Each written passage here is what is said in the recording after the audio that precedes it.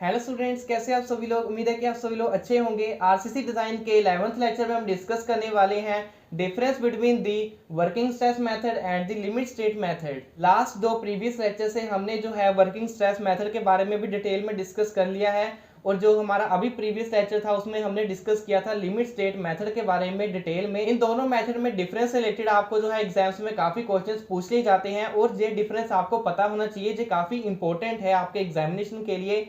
तो चलिए बिना टाइम वेस्ट किए इस लेक्चर को शुरू करते हैं और डिटेल में डिस्कस करते हैं इस टॉपिक के बारे में। Comparison between working stress method यानी कि WSM and limit state method यानी कि LSM। इन दोनों मेथड्स के बारे में हमने जो है ऑलरेडी प्रीवियस लेक्चर्स में डिटेल में डिस्कस कर लिया है। उन लेक्चर्स का लिंक आपको डिस्क्रिप्शन में मिल जाएगा, वहां पर जाकर आप इन दोनों के बारे में जो है डिटेल में वहां पर स्टडी कर सकते हो। यहाँ पर हम इसके बारे में डिस्कस करेंगे कि इन दोनों में एक्चुअली में डिफरेंस क्या होता है अगर हम इन दोनों को कंपेयर करेंगे। तो सबसे पहले हम जो है यहाँ पर फर्स्ट पॉइंट देख लेते हैं वर्किंग स्ट्रेस मेथड का। It is based on behaviour of structure under working load. जहाँ पर बताया गया है कि अगर हमारा जो एक स्ट्रक्चर है जिस पर कि वर्किंग लोड या फिर सर्विसेबिलिटी लोड आ रहा है, ये दोनों एक ही होते हैं, जे लोड हमारे एक स्ट्रक्चर पर आ रहा है तो उसका बिहेवियर कैसा होगा, उसके बेस पर ही हम वर्किंग स्ट्रेस मेथड में जो है डिजाइनिंग करते हैं।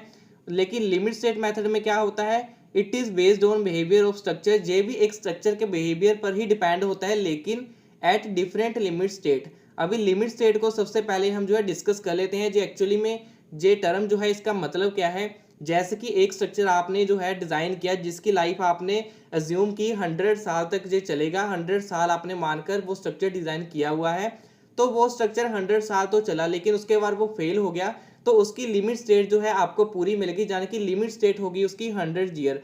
तो इस तरह जो है अलग अलग स्ट्रक्चर, अलग अलग मटेरियल की जो लिमिट स्टेट होती है उसके अकॉर्डिंगली ही हमारा जो स्ट्रक्चर का बिहेवियर होगा उस पर हमारा डिपेंड होता है लिमिट स्टेट मेथड। उसके अकॉर्डिंगली ही हम डिजाइन करते हैं स्ट्रक्चर लिमिट स्टेट मेथड में।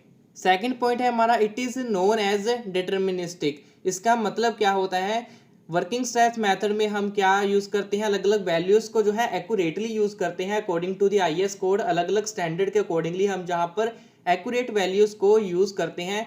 इसके साथ ही हमारा जो वर्किंग स्ट्रेस मेथड में फॉर्मूले डिजाइन मेथड होते हैं तो उनमें जो वैल्यूज होती हैं वो बिल्कुल एक्यूरेट होती हैं, लेकिन लिमिट स्टेट मेथड में ऐसा नहीं होता। It is known as non deterministic, यानी कि इसमें जो भी वैल्यू यूज हो रही हैं वो प्रॉपरली एक्यूरेट नहीं है, क्योंकि यहाँ पर हम जो है प्रैक्टिकल नॉलेज से जो हमें वैल्यूज मिली है, फील्ड वर्क से, फील्ड टेस्ट से जो हमें वैल्यू ऑब्टेन की है, उसको हम देखते हुए जो है अपने डिजाइन करते हैं लिमिट स्टेट मेथड के अंडर। थर्ड पॉइंट है, no factor of safety is used for apply load. जो भी हमारे यहाँ पर स्ट्रक्चर पर लोड आने वाला है वर्किंग स्ट्रेस मेथड में, उस पर जो है हमने कोई भी सेफ्टी और फैक्टर नहीं लगाया हुआ है।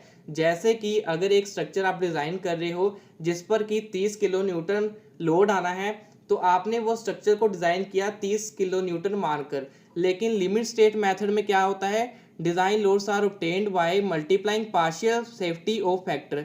जैसे जहां पर अगर मैं लिमिट स्टेट मेथड में आपको कहूं कि आपको एक स्ट्रक्चर डिजाइन करना है 30 किलो न्यूटन लोड मानकर, तो आप इसमें सेफ्टी फैक्टर लोगे, यानी कि 30 किलो न्यूटन कहा है तो आप 45 किलो न्यूटन जो है लोड मानकर स्ट्रक्चर डिजाइन करोगे, तो यहाँ पर जो है आपको सेफ्टी फैक्टर मिल जाता है लिमिट स्टेट मेथड में, लेकिन वर्किंग स्ट्रेस मेथड में नहीं मिलता है। फोर्थ पॉइंट देखते हैं, exact margin of safety is not known. तो यहाँ पर क्या होता है, वर्किंग स्ट्रेस मेथड में अगर हम जो है लोड पर जो है एक फैक्टर ऑफ सेफ्टी नहीं लगाते तो इसका मतलब ये नहीं होता कि उसमें सेफ्टी ऑफ फैक्टर नहीं होता है। जहां पर हम मटेरियल पर सेफ्टी ऑफ फैक्टर लेकर चलते हैं तो कहीं ना कहीं जो हमारे वर्किंग स्ट्रेस मेथड से बनाए गए स्ट्रक्चर हैं उसमें सेफ्टी ऑफ फैक्टर होता है, लेकिन वो सेफ्टी ऑफ फैक्टर कितना होगा ये हमें यहाँ पर पता नहीं होता। वर्किंग स्ट्रेस मेथड में हमारा जो भी स्ट्रक्चर होगा, जैसे मैंने आपको 30 किलो न्यूटन की एग्जाम्पल देकर बताई थी, उसमें सेफ्टी ऑफ फैक्टर तो होगा, लेकिन हमें पता नहीं होगा कि वो 30 से जो है कितना सेफ्टी ऑफ फैक्टर है। जैसे कि हो सकता है वो 33 किलो न्यूटन पर फेल हो जाए, 35 किलोमीटर पर फेल हो जाए, 40 पर फेल हो जाए, तो हमें एग्जैक्ट वैल्यू नहीं पता होती कि कितना मार्जिन है सेफ्टी ऑफ फैक्टर का। लेकिन लिमिट स्टेट में क्या होता है, हमने जो है ऑलरेडी ज्यादा जो है अपनी फैक्टर ऑफ सेफ्टी लेकर इसे डिजाइन किया होता है इसके स्ट्रक्चर को, तो हमें पता होता है कि इसमें सेफ्टी का मार्जिन कितना है, यानी कि फैक्टर ऑफ सेफ्टी कितनी है। जैसे लास्ट एग्जाम्पल में हमने जो है समझा था कि 30 किलो न्यूटन के लोड को हमने जो है 45 किलो न्यूटन मानकर डिजाइन किया था, तो उस केस में हमारी सेफ्टी ऑफ फैक्टर हो गया 15 किलो न्यूटन का। नेक्स्ट हम देखते हैं fifth point, in this method structure needs higher quantity of steel reinforcement.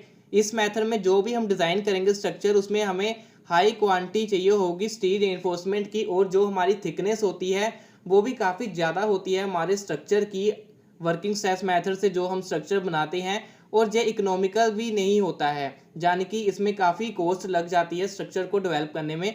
लेकिन लिमिट स्टेट मेथड में क्या होता है, इसमें हमें लेस अमाउंट चाहिए होती है स्टील रेनफोर्समेंट की, जिसके कारण ये इकोनॉमिकल बन जाता है कंस्ट्रक्शन के लिए, क्योंकि यहाँ पर हम जो है अच्छी जो क्वालिटी के हमारे बार्स यूज़ करते हैं, न्यू क्वालिटी के जो न्यू टेक्नोलॉजी से हमने जो है फॉर्मूले बनाए हैं, डिज़ाइन मेथड बनाए हुए हैं, उसकी मदद से हम जहाँ पर स्ट्रक्चर डिजाइन कर रहे हैं तो वहाँ पर हमें स्टील एनफोर्समेंट की ज़्यादा जरूरत नहीं पड़ती। सिक्स्थ है easy calculations for design. Working stress method में जो है इजी फॉर्मूलेस होते हैं, इजी डिज़ाइन स्टेप होते हैं, जिसमें कैलकुलेट करना काफ़ी आसान होता है और उसमें गलती के भी कम चांसेस होते हैं। लेकिन लिमिट स्टेट मेथड जो है एडवांस है इसका, तो यहाँ पर हमें जो है मोर और डिफिकल्ट यानी कि बहुत ज़्यादा कैलकुलेशंस करनी पड़ती है, और ये कैलकुलेशन काफ़ी डिफिकल्ट होती है, इसमें एरर आने के भी चांसेस होते हैं। मुझे उम्मीद है कि ये लेक्चर आपको समझ आया होगा। अगर आपका ऐसे रिलेटेड कोई क्वेश्चन या फिर क्वेरी है तो आप नीचे कमेंट कर सकते हो, जिसका रिप्लाई करने की मैं कोशिश करूंगा। आरसीसी डिजाइन के सभी प्रीवियस लेक्चर्स को मिलाकर हमने एक प्लेलिस्ट बनाई है, जिसका लिंक आपको डिस्क्रिप्शन में मिल जाएगा। वहां पर जाकर आप हमारे सभी प्रीवियस लेक्चर्स को भी देख सकते हो। नेक्स्ट लेक्चर से हम स्टार्ट करने वाले हैं एक new unit theory of RCC beams का, तो उसके लेक्चर को मिस ना करने के लिए, साथ में और भी सिविल इंजीनियर से रिलेटेड वीडियो देखने के लिए आप मेरे चैनल को सब्सक्राइब कर लीजिए और साथ में बेल आइकन पर क्लिक कीजिए, ताकि आपको नई वीडियो का नोटिफिकेशन मिलते रहे। मैं मिलता हूं आपसे नेक्स्ट लेक्चर में नेक्स्ट नए टॉपिक के साथ, तब तक के लिए बाय बाय।